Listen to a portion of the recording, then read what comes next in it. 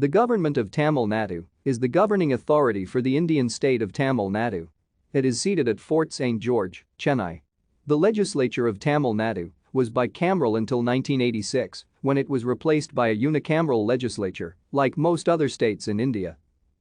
The governor is the constitutional head of state, while the chief minister heads the council of ministers.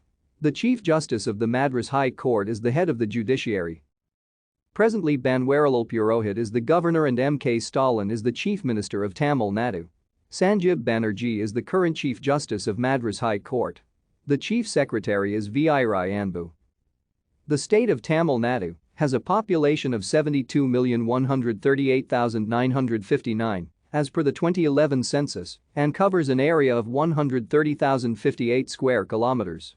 The major administrative units of the state constitute 38 districts, 76 revenue divisions, 220 taluks, 15 municipal corporations, 148 municipalities, 385 panchayat unions, 561 town panchayats, and 12,524 village panchayats.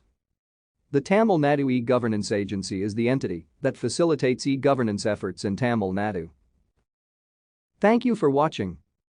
Like and subscribe if you would like to view more of our videos. Have a nice day.